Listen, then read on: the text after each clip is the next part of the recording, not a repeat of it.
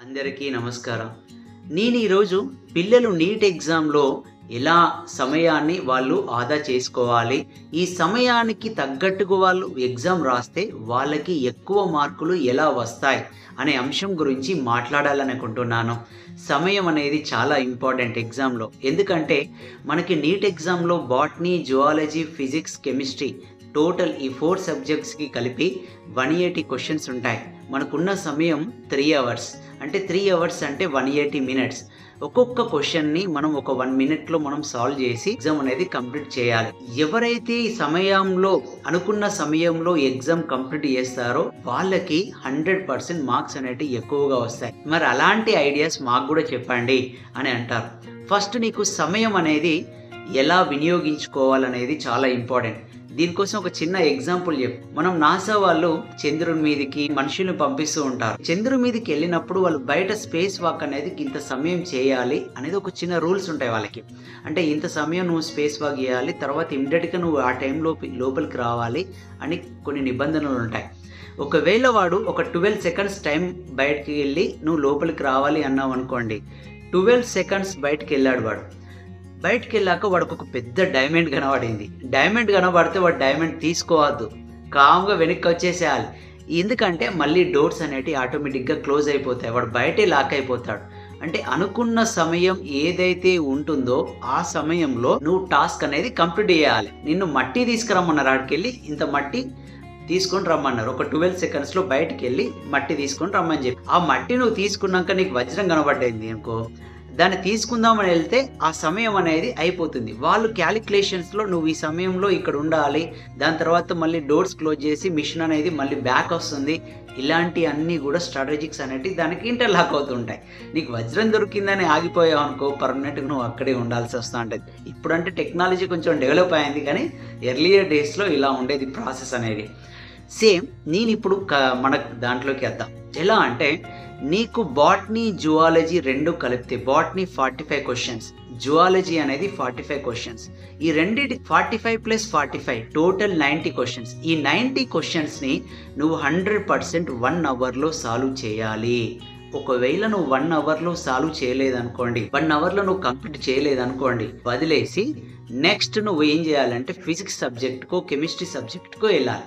Mostly పిల్లలందరూ కూడా physics అనేది లాస్ట్లో టచ్ చేస్తారు. సో ఆటోమేటిక్గా వాళ్ళు కెమిస్ట్రీకి వెళ్ళిపోతారు. కెమిస్ట్రీలో 45 క్వశ్చన్స్ ఉంటాయి. ఈ 45 క్వశ్చన్స్ కూడా నువ్వు 45 మినిట్స్ టైం తీసుకో, 45 మినిట్స్ కంప్లీట్ చేసుకో. ఎన్ని క్వశ్చన్స్ వీలైతే అన్ని క్వశ్చన్స్ అటెంప్ట్ అయ్యి, కానీ 45 మినిట్స్ మాత్రం ఎక్కువ తీసుకోకు. నెక్స్ట్ నువ్వు ఫిజిక్స్కి వెళ్ళిపో. ఫిజిక్స్కి వెళ్ళిపోయాక 45 క్వశ్చన్స్ అనేవి 45 మినిట్స్ తీసుకో. 45 మినిట్స్కి 45 క్వశ్చన్స్ నువ్వు ఎన్ని అటెంప్ట్ చేయగలుగుతావో అన్ని అటెంప్ట్ చేసే. దీన్ని మొత్తం చూశాక ఈ మొత్తంలో నీకు హాఫ్ అన్ అవర్ టైం అనేది ఉంటుంది. ఈ హాఫ్ అన్ అవర్ టైంలో ఈ 4 subjects botany, zoology, physics, chemistry, ఈ 4 సబ్జెక్ట్స్ నువ్వు అన్నీ కూడా చూసావు. ఈ 4 సబ్జెక్ట్స్లో ప్రతిసారి ఎగ్జామ్లో ఒక సబ్జెక్టు మాత్రం చాలా డిఫికల్ట్గా ఉంటుంది, మిగిలిన ఒక సబ్జెక్ట్ చాలా ఈజీగా ఉంటుంది. నీకు ఈ 4 సబ్జెక్ట్స్లో ఈజీ సబ్జెక్ట్ ఏంటిది, ఈజీ పేపర్ ఏంటిదో నీకు తెలిసిపోయింది. అప్పుడు డైరెక్ట్గా నువ్వు ఫిజిక్స్ ఈజీ అనుకో, ఫిజిక్స్ మీద కాన్సన్ట్రేషన్ చేసి మొత్తం అటెంప్ట్ చేసేసి, నీకు ఒకవేళ బాటనీ ఈజీ అనుకో, కొన్ని వదిలేసావు అనుకో, అది మొత్తం కంప్లీట్ చేసి, నీకు ఈ హాఫ్ అన్ అవర్ టైంలో నువ్వు ఏ సబ్జెక్టు మీద కాన్సన్ట్రేట్ చేస్తే ఎక్కువ మార్కులు నీకు వస్తాయో ఆ సబ్జెక్టే నువ్వు తీసుకొని మొత్తం కూడా అటెంప్ట్ చేయి. ఒకవేళ ఇంకా సమయం ఉందనుకోండి, మిగిలిన సబ్జెక్ట్కి వెళ్ళి ఆ సబ్జెక్ట్స్ అన్నీ కూడా ప్రాబ్లమ్స్ కానీ ఆ క్వశ్చన్స్ అన్నీ కూడా సాల్వ్ చేయి. అప్పుడు నీకు 100% మార్క్స్ వస్తా ఉంటాయి. ఎగ్జామ్లో ఎలా ఉంటుందంటే పిల్లలు ఫస్ట్ బాటనీ, జువాలజీ పట్టుకుంటారు. అందులో బాటనీలో కానీ జువాలజీలో కానీ ఏదైనా పేపర్ డిఫికల్ట్గా వచ్చింది అనుకోండి, వాళ్ళు ఏం చేశారంటే ఇది నాకు వచ్చు, నేను చేయగలుగుతా, నేను ఆలోచిస్తా అనుకుంటా బాగా ఆలోచిస్తూ సమయం అనేది చూసుకోకుండా వాళ్ళు నియర్లీ ఒక 1.5 అవర్ 2 అవర్స్ దానికే కేటాయిస్తారు. దాని తర్వాత కెమిస్ట్రీకి వెళ్ళిపోతుంది. 2 అవర్స్ ఆల్రెడీ అయిపోయింది. కెమిస్ట్రీకి వెళ్ళిపోయాక కెమిస్ట్రీకి 1 అవర్ స్పెండ్ చేస్తారు, లేదా ఒక 45 మినిట్స్ స్పెండ్ చేసి ఫిజిక్స్ పేపర్ ఓపెన్ చేసేసరికి అప్పుడు ఏమవుతుందంటే ఫిజిక్స్ పేపర్ చాలా డెడ్ ఈజీ ఉంటుంది. ఆ డెడ్ ఈజీ ఉండేసరికి వాళ్ళకి సమయం అనేది ఒక 10 మినిట్సే ఉంటుంది. లాస్ట్కి అన్ని రౌండ్ ఆఫ్ బబులింగ్ చేసి వెళ్ళిపోతూ ఉంటారు. సో నేను చెప్పిన విధంగా నువ్వు గనక 1 అవర్లో బాటనీ, జువాలజీ కంప్లీట్ చేసి 45 మినిట్స్ అనేటిది కెమిస్ట్రీకి ఉపయోగించుకొని 45 మినిట్స్ ఫిజిక్స్ వాడుకున్న తర్వాత నీకు హాఫ్ అన్ అవర్ టైం ఉంటుంది.